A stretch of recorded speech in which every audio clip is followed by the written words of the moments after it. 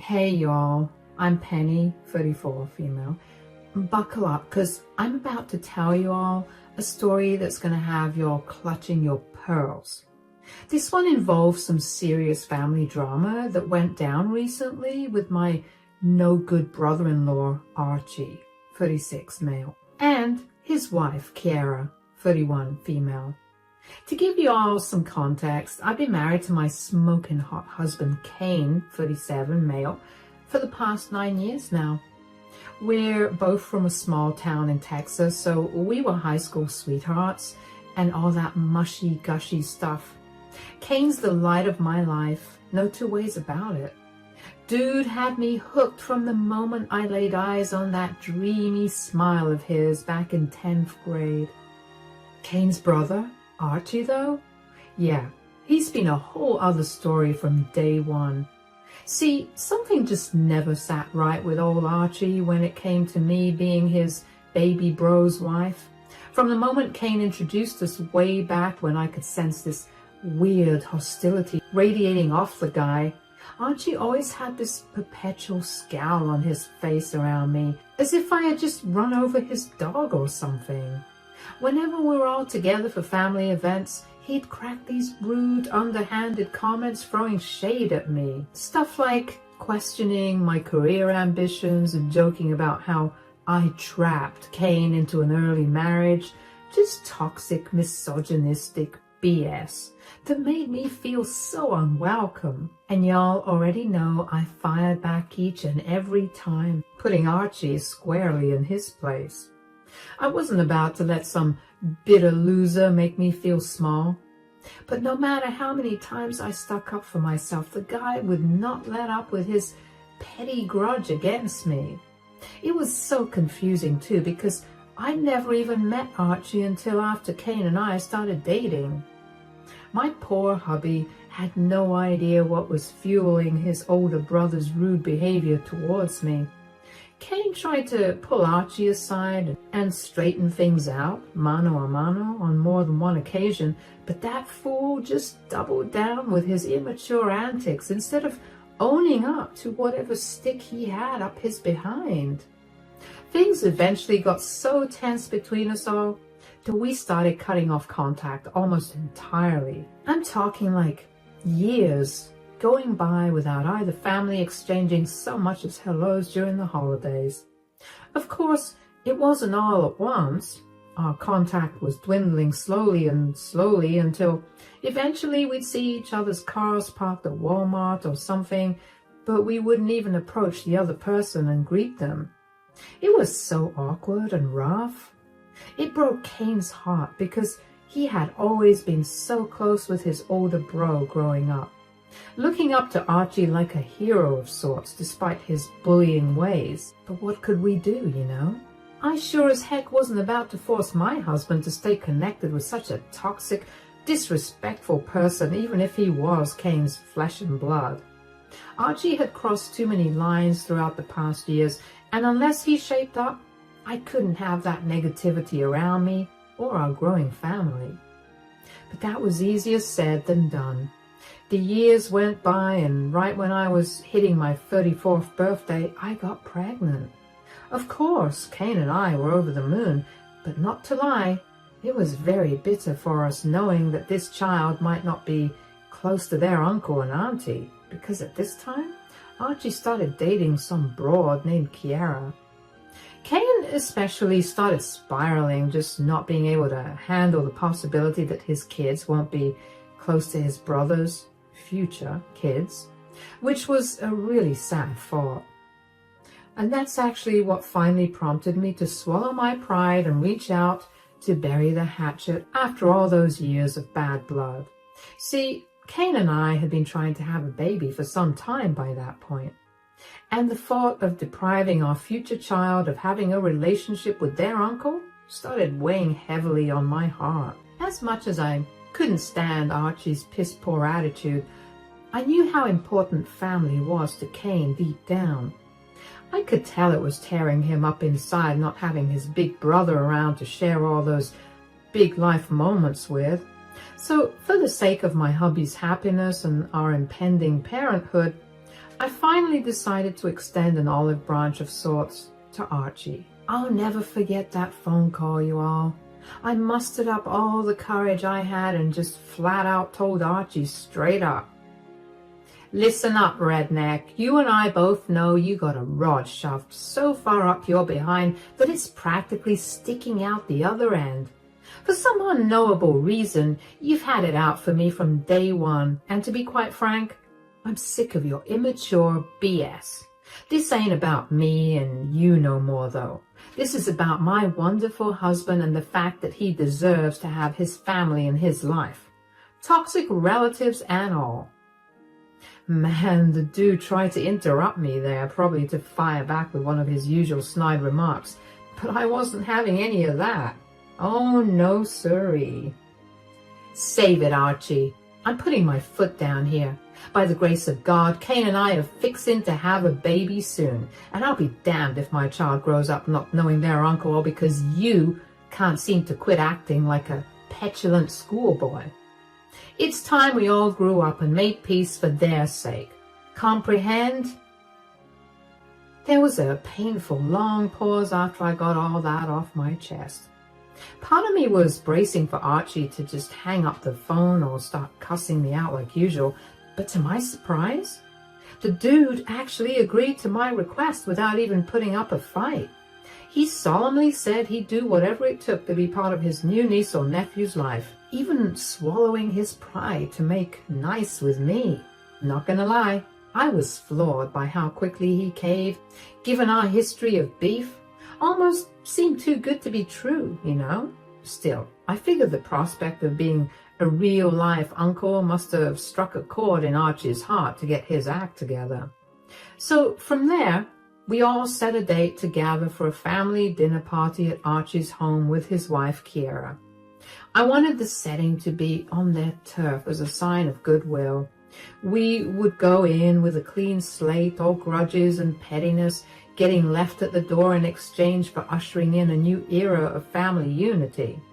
Or at least, that's what I thought would happen. Boy, was I ever naive, because the moment Kane and I stepped through the threshold at Archie's place, I could already sense something was dreadfully amiss. That same familiar look of disgusted contempt from years prior was plastered all over my brother-in-law's scowling mug once again as he glared a hole straight through me. Before I could even get out a simple, "Evening, Archie," the man went mask off with his true feelings towards me. His opening line said it all. "Ugh, almost forgot just how annoying your face is. But you never disappoint now, do you?"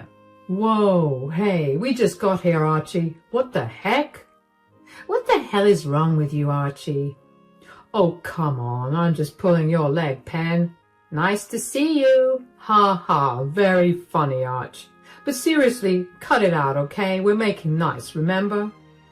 "Oh, don't worry, sweetie. Looks like your brother must have some early onset dementia or something. He must have forgotten the lovely phone call we had, hashing all this out." "Oh, nice one, Penny. You've always had a slick mouth.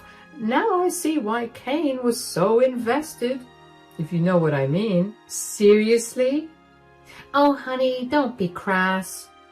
"Hey, come on now. I'm just stating the obvious. It's actually surprising you two took so long to get pregnant." "Okay, that's enough, brother. At least now you'll be useful for something." "What the hell is that supposed to mean?"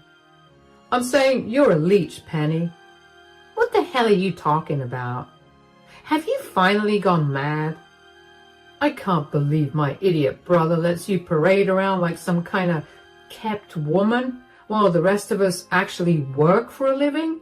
The audacity of you waltzing up in here with your head held high, smiling like a Cheshire cat, is pathetic." I just stood there, utterly gobsmacked, mouth agape, while Kane's face turned beefy red with anger beside me.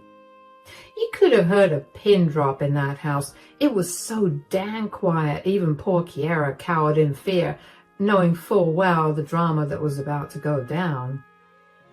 "Who the hell do you think you're talking to, Archie? After all these years and you're still running that mouth about me like some unhinged psycho.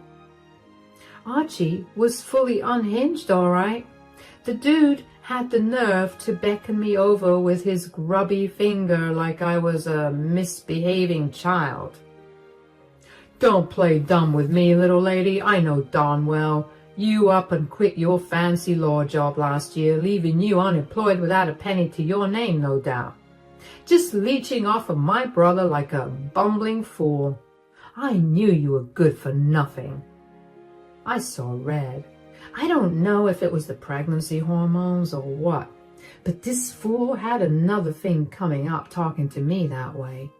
But just when I thought the verbal assault was over, he spat again. So why don't you stop living in a dream world for once and head to the kitchen to start cooking us all up a little something, All of us are working here, including Kiera, and just as fate would have it, she's working at the same law firm you gave up on last year. How pathetic.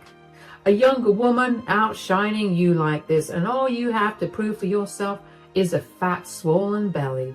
You even look like a leech. My brother-in-law then let out this obnoxious guffaw like the sexist little prick thought he had just hit me with the sickest burn imaginable. And just when I thought I couldn't despise this boorish creep any more than I already did, here he was, literally tearing me down to my face using his own twisted idea of women's work to demean me in my own husband's presence, and insulting his poor wife in the process. If Cain hadn't exploded with laughter right at that very moment, I probably would have slapped Archie myself for his outrageously sexist and demeaning remarks. See, unbeknownst to Archie and even Kiera, I hadn't exactly been sitting around twiddling my thumbs in domestic bliss after leaving my job. Far from it, actually. The real reason I quit was because over the years I had managed to leverage a nice chunk of ownership equity at the law firm through an employee stock ownership plan. That meant when I decided to retire early at 32, I was able to cash out my shares for a whole lot of money. We're talking retirement level wealth here, folks. But Cain and I decided to keep that explosive financial success under wraps for the most part. We wanted to enjoy our good fortune in peace without attracting a bunch of leeches and grifters trying to mooch off of us, especially opportunistic trash like Archie, who already had it out for me. So as far as my knuckle-dragging brother-in-law was concerned, I had just up and quit my job to be a no-good freeloader living off my husband. If only he knew how massively he had the situation twisted. That's why Cain couldn't help but throw his head back with deep belly laughs at Archie's insulting insinuations about me being a deadbeat housewife. My hubby knew the truth, that I was living a life of leisure purely by choice, preparing for full-time motherhood with my baby, as life had so graciously blessed me with. The absolute irony of Archie running his mouth without any clue was just too rich. Oh man, you really outdone yourself this time, bro, Hayne chuckled, wheezing for air. Kitchen duty, leech? This coming from the guy who works at a freaking fast food joint calling hard-working people like us leeches. Archie's bravado faltered slightly as confusion washed over his dumb face. What the hell are you talking about, Cain? You know good and damn well I'm a manager at Carlos, a restaurant. Your wife doesn't work anymore and that makes her a leech, plain and simple. My husband leveled his brother with an intense stare, his amusement giving way to cold seriousness. Is that so? Well then, help me understand something, Archie. Just which of our wives pulls in the bigger salary these days, huh? 'Cause if I'm not mistaken, my seemingly unemployed leech of a wife actually out-earns your hot-shot corporate wife by a long shot. The look of utter confusion, giving way to embarrassed realization on Archie's dumb face, was immensely satisfying. Kiera, too, seemed taken aback, her eyes pinging back and forth between me and her husband. Savoring the moment, Kane went for the jugular. "That's right, you all. Turns out your precious Kiera has been working under my wife as an employee at the law firm this whole time. Crazy how life works, ain't it?" I shot Kiera an apologetic look as her own husband continued digging himself into a deeper hole. But, she said she quit working last year. How the hell could she still be some kind of big shot there if she ain't employed? Kane draped his arm around my shoulder with a proud smile. "My baby girl here has been one of the principal investors at that law firm for a couple of years now. She didn't just quit, she retired early after cashing out 18% ownership equity, something you nor Kiera could ever do." The smug look on my husband's face said it all. After years of Archie mistreating me, making me feel small and ruining what was meant to be a beautiful family relationship, Kane was finally able to get the ultimate comeuppance on his bullying big brother. And boy, did he milk it for all it was worth, as Archie cycled through all 5 stages of grief in record time. I could practically see the hamster running miles a minute inside that thick skull of his, struggling to comprehend how his own wife's boss lady at work was the same unemployed leech he had been mocking all this time. His bloated ego couldn't compute that his despised stay-at-home sister-in-law out-earned and outranked his precious career woman wife in every conceivable way. For my part, I just stood there reveling in the glorious silence, a smug smile of my own plastered across my face. And for the first time ever, Archie seemed to have that foul mouth of his zip fully shut out of sheer humiliation. The quiet tension was finally broken by Kiera, God bless her. She cleared her throat softly before speaking up in a meek little voice, still struggling to process the bombshell Kane had dropped. "So, you're actually like my boss?" "Well, not really. I'm just an investor." "Oh, don't be humble now, sweetie." "Kiera, to put it simply, my wife is funding your position because even your boss answers to her. So please tell your idiot of a husband to watch how he speaks before he makes the big boss really mad." Kiera's eyes went wide as saucers, now realizing how mistaken she and her husband had been about me. But Archie still refused to go down without a fight. His male ego just couldn't take the brutal beating it had endured. Archie puffed out his chest, trying to regain some of his lost pride. "Yeah, well, even if she has money, it doesn't change the fact that she ain't working no more. She's still sitting around doing nothing." Kane's patience was wearing thin, and I could feel his grip on my shoulder tighten. But before he could say anything, I decided it was my turn to speak up. "Archie, you have no idea what you're talking about. Just because I chose to retire early doesn't mean I'm not contributing. I've been managing investments, volunteering, and oh yeah, making sure our family's taken care of. So before you start throwing around words like leech, maybe you should take a good look in the mirror. I'm not the one working as some bum waiter in some dingy restaurant while his wife works at a very reputable law firm. How sad that your wife is the one wearing the pants in this relationship." Archie's face turned a shade of red I hadn't seen before. He opened his mouth to retort, but Kiera interrupted him, clearly embarrassed by her husband's behavior. "Archie, enough. You've been nothing but rude and disrespectful, and it's not fair to Penny. We should be supporting each other, not tearing each other down." "Screw that. You think I care about any of that? She's still a useless wench who ruined this family." "I've literally done nothing to you. You're the one who started all of this." "You listen here, you little..." "Archie, you need to get a grip. You've been rude and downright evil to Penny for years, and we're done with it. You better watch yourself if you ever want to be a part of our lives again." Archie's face turned beet red and he shot back. You can't talk to me like that, Kane. I'm your brother. Brother or not, respect goes both ways, and you've had none for Penny. So why should we have any for you? The room's temperature seemed to rise as the tension thickened. Kiera and I exchanged worried glances, both of us sensing the brewing storm. Archie's voice quivered with anger. You think you're so much better, huh? Just because your wife's rich now? It's not about money, Archie. It's about decency, and you've shown none. You ungrateful little... Do you know who you're talking to right now? You better watch yourself, pal. Archie's face turned beet red and his fists clenching at his side. Watch me? Who the hell do you think you are, Kane, lecturing me in my own house? Penny's just a what, Archie? A worthless woman? A leech?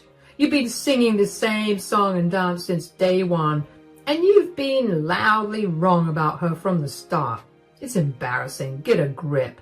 She's got more class and success in her little finger than you've ever had in your entire life, and you owe her a massive apology. The tension in the room skyrocketed with both men standing chest to chest, eyes locked in a furious glare. Before things could escalate further, Kiera stepped in, her voice shaking as she tried to mediate. Guys, please, let's just calm down. This is supposed to be a family gathering. Archie, unable to contain his anger, blurted out something that shook us to the core. You don't get it, you little turd. You think you can just waltz in here and get everything you ever wanted, hmm? Not only did you get the girl, now you're bloody loaded too. When will it be my turn, huh? The room fell silent, everyone stunned by Archie's confession. Get the girl? What on earth was he talking about? I felt my stomach drop, a mix of shock and disbelief washing over me.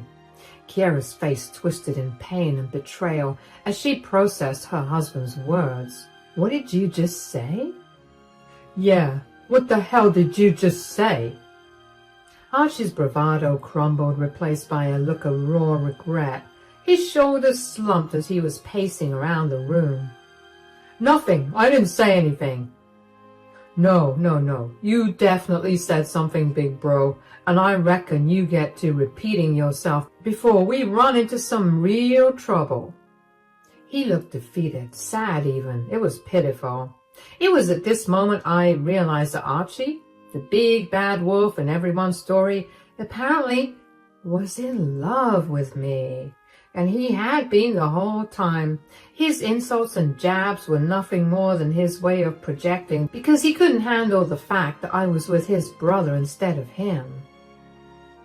Growing up, you got everything you ever wanted.